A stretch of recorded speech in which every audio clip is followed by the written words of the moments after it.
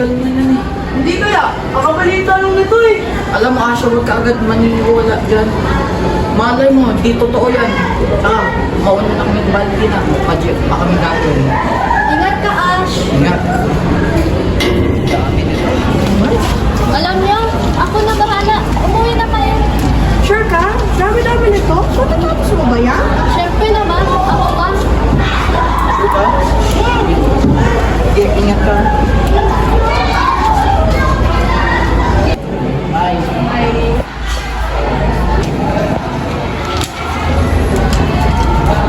Ano yun?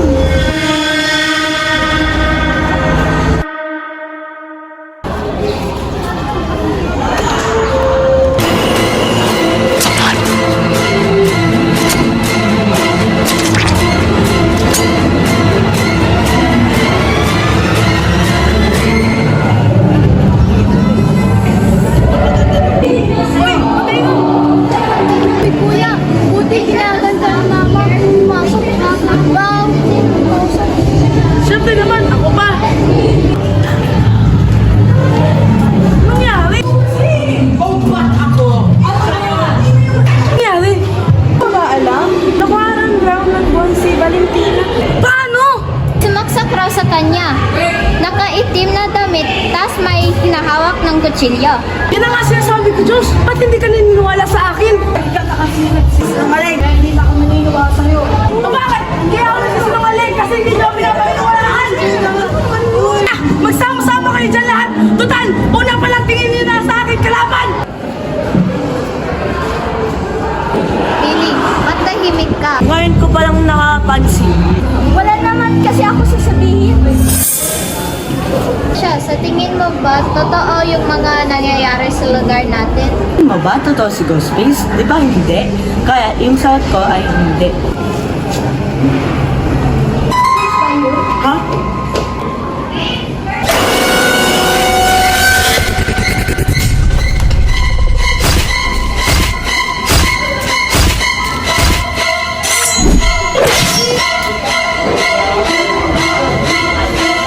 Ano ba talaga nangyayari sa atin? Nakaraan pa to nangyayari. Ano, mamatay ba tayong lahat? Please nga yun eh! Ba't tayo hindi maniwala sa akin? Nakakailasabi na ako sa inyo!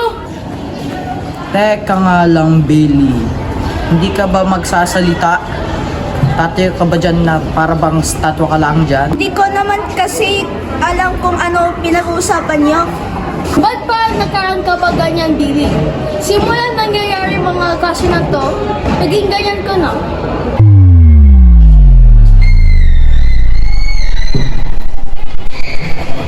Nagpakiramdam ako na may kinalaman si Billy sa mga kaso na to. Kung napagbintangan ang tao, mali mo may problema lang yun. Oo nga eh. Ano, tara?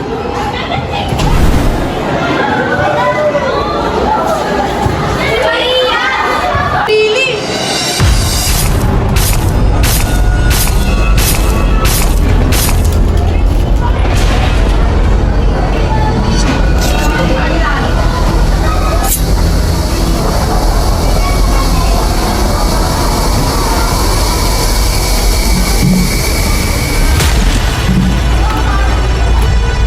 Hoy! Si Billy! Si Billy ang pumapatay! Ano na naman naiisip mo, Asher? Kung anong pinag-iisipan mo? Akala mo nananaginip na ewan. Di ako na ipagbiruan! Ngayon,